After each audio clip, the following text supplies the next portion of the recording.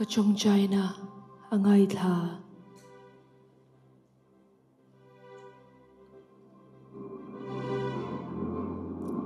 Kasyat nu bumtua ori chuan ri at sua. Akal santa je itlom tiin mitloma. Chong chai dan kavai.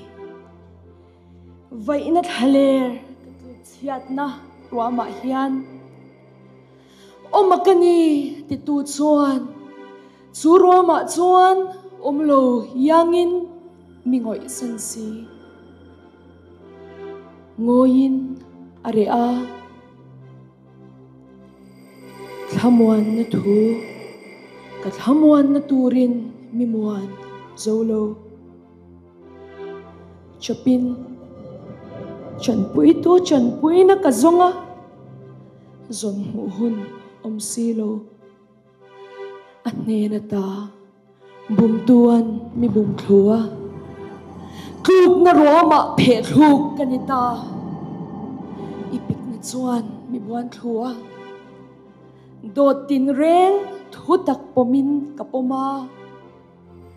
natna mi te mu lo natna siamin mi hiama Akinta tia au khan o chwa lovin.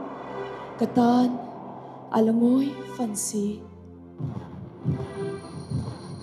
ani tharaw indo na tuwal zola o matsuan o chwain mi awa maitha kini kafa imitui fark huasin tiin akut para Tui haldang zara krosa chandam tu famna kafam kimna ichandam na achuan dam na kachanga ti damin kaumta thachaklo ti chakngai ifahi mikaila Shiumna shingnun siamin biliam hunin. chel mizir tiro lal engkim ti theya Engkim chunga rorel tu inisia.